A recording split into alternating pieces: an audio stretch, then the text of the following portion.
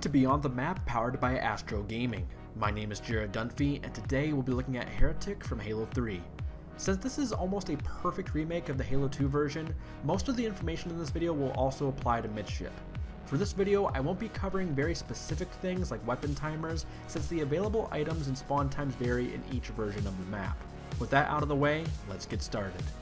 Heretic is a 2-base symmetrical map with 5 main locations, including red base, blue base, carbine, middle, and pink. Before we go into the strategy, let me walk you through some of the more specific callouts. Car 1, Car 2, Car 3, Bubble, Toilet, Car Ramp, Basement, Window, Flag, Glass, Eli, Needle, Pink 1, Pink 2, Pink 3, and Nerd. When playing Heretic, there's really only one good strategy that most players focus on. This is the Pink Tower setup. There are different variations of this that I'll explain in a moment, but basically the Pink Tower is the most effective structure simply because of the amount of cover and sightlines it has to offer. From here you can see almost every part of the map if you move a little bit.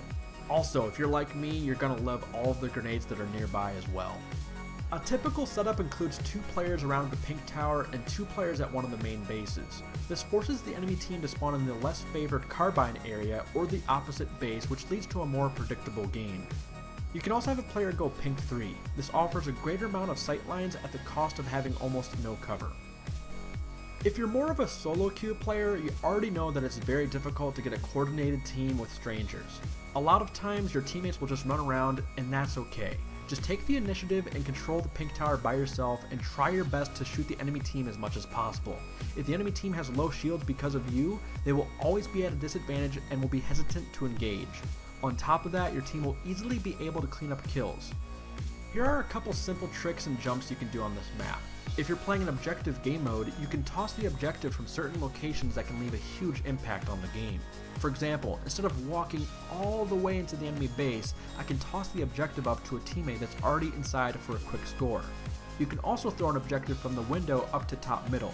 If you have a teammate up there, it can lead it to some big plays. There are plenty of jumps on this map, but here are some of the simple yet effective ones. In front of each base, you'll find a crate.